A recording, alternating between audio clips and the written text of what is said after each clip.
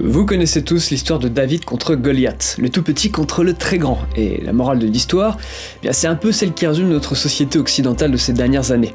Le tout petit n'est pas forcément le plus faible et peut terrasser le très grand avec son intelligence, son inventivité, sa technique, etc. etc.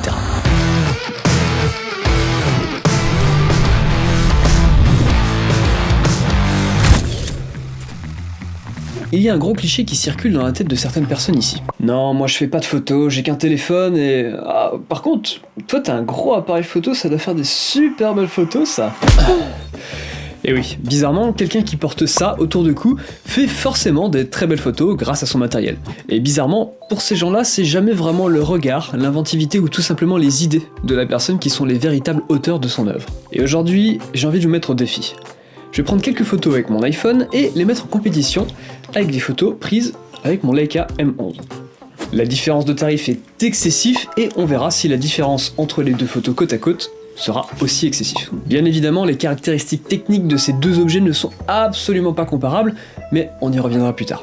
Chaque bonne réponse vous rapporte un point. Vous m'inscrirez votre résultat en commentaire de la vidéo, comme ça augmentera l'engagement de ma vidéo, donc le référencement, donc faire grimper en flèche mon nombre d'abonnés et ainsi me rendre très riche et influent.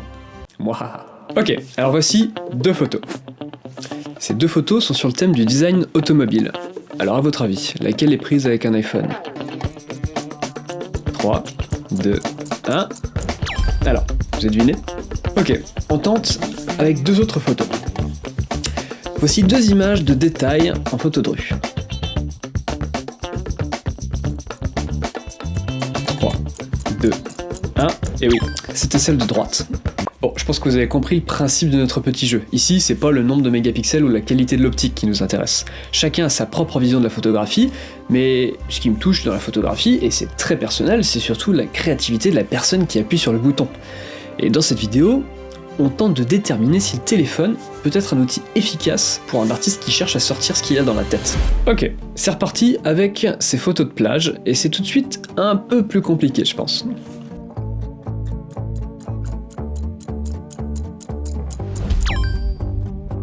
Bon, j'avoue que pour celle-ci, je suis pas très sympa avec ces deux photos presque identiques.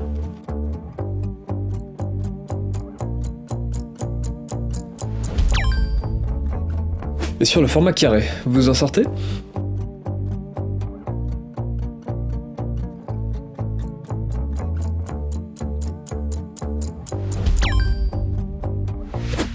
Alors, vous vous en sortez comment ? Bon, je vous laisse vous concentrer avec 5 autres manches et on débriefe après.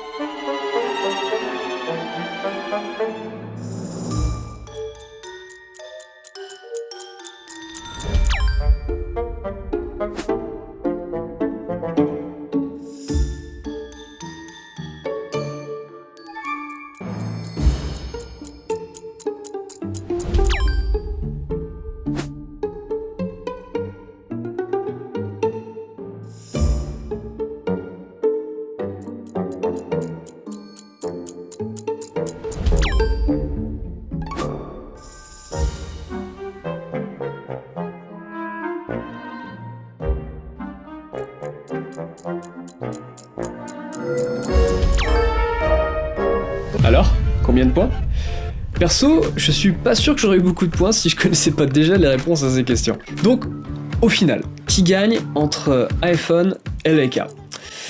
Et bien, je pense vraiment qu'on s'en fout. Et oui, je suis très curieux d'avoir votre avis en commentaire, car perso, quand je regarde les photos, j'ai pas spécialement de préférence. Le but principal, qui est de faire l'image que j'avais dans ma tête, est atteint, et ça me suffit. Faut savoir que pas mal de photographes utilisent partiellement ou totalement leur téléphone.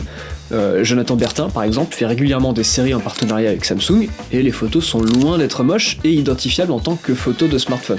Donc, est-ce qu'on peut faire de la photo avec un téléphone ? Bah, perso, je suis convaincu que oui. Après, est-ce que c'est le plus pratique ? Ça, c'est une autre histoire. Quand je me suis tenté à la photo de rue sur l'iPhone, je dois avouer que c'était un peu la galère sur la prise en main. Les réglages sont chiants à manipuler, le grip est merdique, bref, c'est plus difficile, mais pas impossible. En conclusion, et je l'ai déjà cité dans une autre vidéo, mais le meilleur appareil photo, c'est celui que vous avez toujours sur vous, que vous pouvez dégainer à tout moment. Et c'est bien le cas de ce truc-là qu'on se trimballe tous les jours avec nous.